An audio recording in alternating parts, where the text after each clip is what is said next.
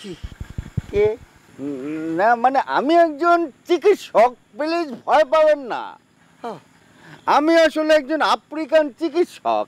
লাইকা জাম নামে একটা রেয়ার গাছ খুঁজতে আমি এখানে আসি। শুনেছি বাংলাদেশের এই গ্রামেই পাওয়া যায়, কিন্তু একটা মেয়ে বলল এই জঙ্গলের মধ্যে নাকি বেশি পাওয়া যায়, সেই জন্য এসেছি, কিন্তু এসে খুঁজেও পাইনি। চিন্তা করুন কতবার চিট করেছে আমার সাথে। আল্লাহ ইতা কিতা কন সকলতের কেস তো মনে হয় একই, আমিও তো এই মান করছি ভাই পড়ছি। ঘটনা দাঁড়াচ্ছে হচ্ছে আমরা তিনজনই একই পথে পথিক পথিক। জি জি জি সেরকমই মনে হচ্ছে। এখন কিতা করবেন ভাই, এই এই রাতের বেলা কি এখানে থাকা ঠিক হবে?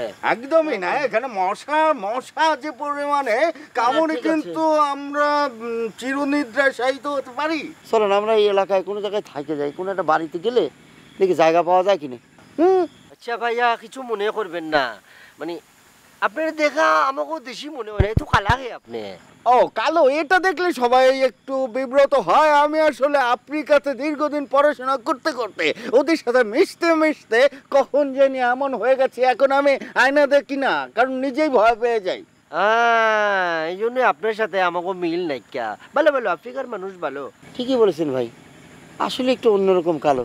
যে সাদা না, তবে কালো, কিন্তু এতটা না। আশেপাশে কোনো বাড়িতে খেয়া হৃদয়বান মানুষ যদি থাকে আমাদের থাকতে দেবে, আমরা তো ভালো ছেলে। এটা হতে পারে বাঙালি, যেহেতু বাঙালি তো আবার হৃদয় পরায়ণ, অতিথি পরায়ণ, আসতে দিতেও পারে।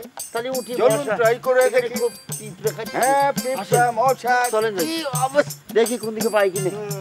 শোন, আজকে তো সেরকম একটা ঘটনা ঘটছে। কি? বন মানুষ দেখেছি, বন মানুষ। কি? কোন জায়গা? আরে জঙ্গলের ভিতর দিয়ে আমি হেঁটে আসতেছিলাম, তখন দেখি একটা বন মানুষ মরে পড়ে আছে। তারপর আমি তো শিরাম ভয় পাইছি, শিরাম ভয় পাই দৌড়ে দৌড়ে চলে যাচ্ছিলাম, তখন ওখানে আমার সাথে পথে দেখা হলো তো তার। তো তারে দেখে আমি বললাম যে শোন, এক বেটা তো মরে পড়ে আছে। বেটা? তুমি না বলে বন মানুষ? আরে সে নাকি আফ্রিকান বাঙালি চিকিৎসক। ও মানুষ? হ্যাঁ মানুষ, কিন্তু রে কি ভয়ঙ্কর দেখতে, আল্লাহ মাফ করো। বলেছে কি জানিস, বলেছে আফ্রিকা থাকতে থাকতে নাকি তার চেহারাটা ওরকম হয়ে গেছে, মানে ভয়ঙ্কর, একেবারে কালো, কার চুলগুলো। আল্লাহ, শোনা আমার সাথে আজকে একটা কাহিনী হয়েছে। আরে গ্রামের মধ্যে সুদখোর ঢুকে পড়েছিল জানো, আমাকে বাড়ির সামনে এই যে উকি ঝুঁকি মারতেছিল, তারপরে আমি তো সেই ঝাড়ি মারছি। বাড়িতে কেউ কেউরে দেখতেছি না, এটা সারা বাড়ি নাকি বুটের বাড়ি নাকি? বাড়িতে কেউ আছেন নাকি? এত রাতে কি ডাইলো রে? হ্যালো, লোক কেউ কি নেই, আওয়াজ দেয়। কি যায়? বাড়িতে কেউ আছেন নাকি? তুমি দেখো, তুমি দেখো, তুমি দেখ না, আবার তুমি দেখো তো।